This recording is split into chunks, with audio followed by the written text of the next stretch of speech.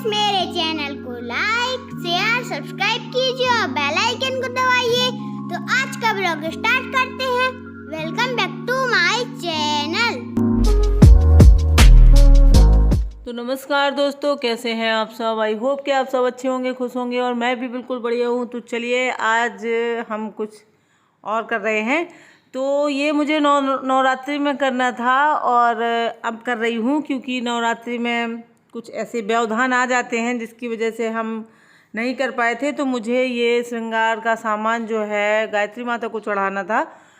साड़ी वगैरह मैंने ले रखी हुई थी उनकी, और सारी व्यवस्था कर ली थी मैंने, मतलब कि नवरात्रि में मुझे ये गायत्री माता के मंदिर में चढ़वाना था। तो ये साड़ी है और ये मैंने ऑनलाइन मंगवाई थी। तो यही साड़ी और वाइट साड़ी जैसे कि गायत्री माता है और सरस्वती माता हैं, इनके ऊपर अच्छी लगती है। तो ये साड़ी मैंने मंगवाई थी और बहुत अच्छी लग रही थी। जब वो अभी मैं किसी दिन जाऊंगी तो अभी पहने हुए हैं, तो इनका वीडियो भी बनाऊंगी।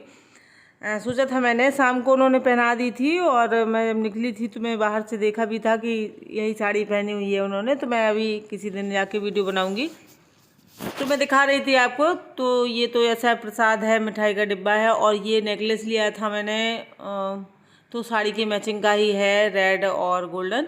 और बहुत अच्छा मतलब लगता है वो माता के ऊपर, तो बहुत ही अच्छा लगेगा। और तो इस तरीके से मैंने सारा, मतलब जो पूजा में या श्रृंगार का जो हम लोग करते हैं श्रृंगार, वही माता को चढ़ाया जाता है। तो सब सारी चीज़ें मैंने रख ली हैं।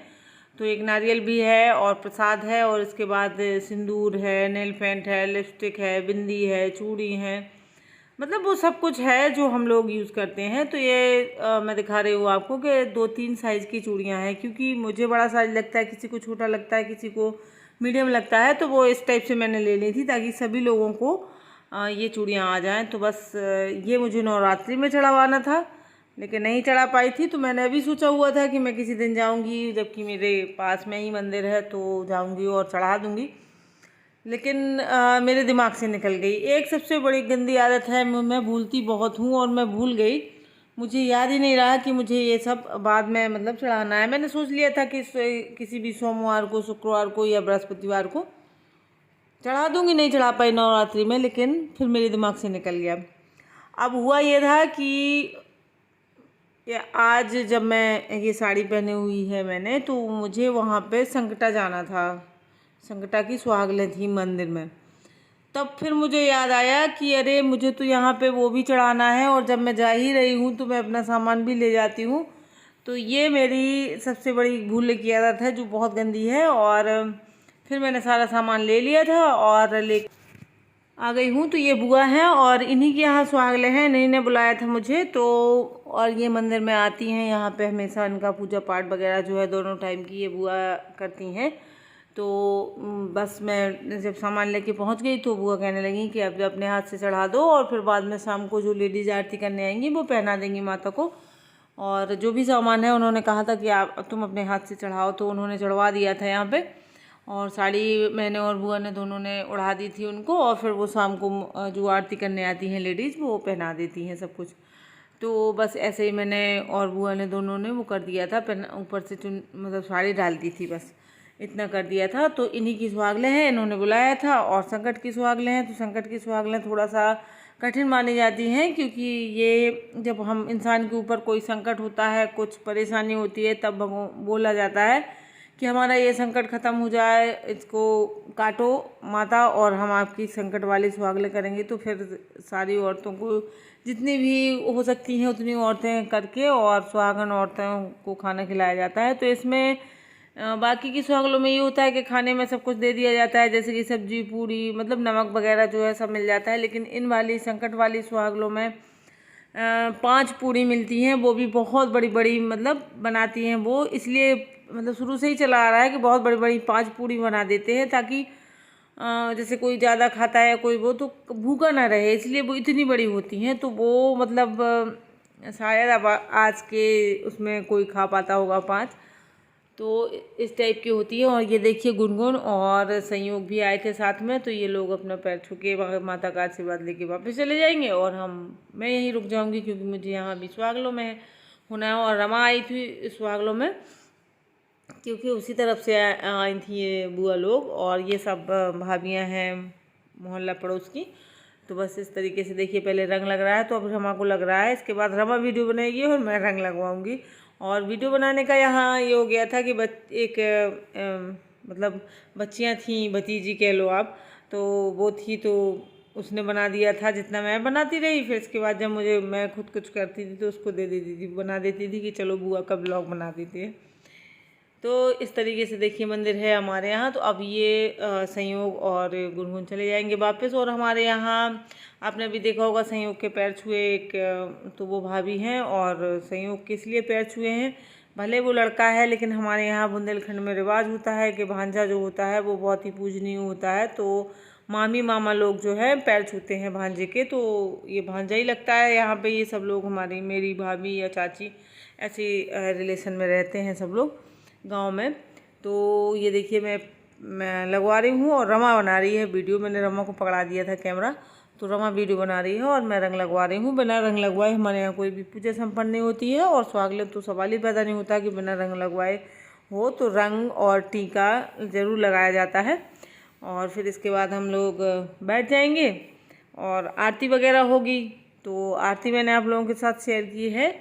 और अभी तो हम लोग बैठ गए हैं, सिर्फ खाना परोस दिया गया है। और इसके बाद जो लोग ये सुहागलें करवाते हैं ना, उनकी गोदी भरी जाती है। तो वो एक एक करके आएंगी, तो सब लोग उनको अपनी थाली में से देंगी, मतलब तो वो वही खाती हैं, ऐसा होता है। तो ये बहू है ये ज्योति, तो ये ले लेगी और एक लोग और लेंगी, क्योंकि बहुत ज़्यादा हो रहा था तो ये अकेले नहीं खा पाती, तो 2 लोगों ने गोदी ली थी।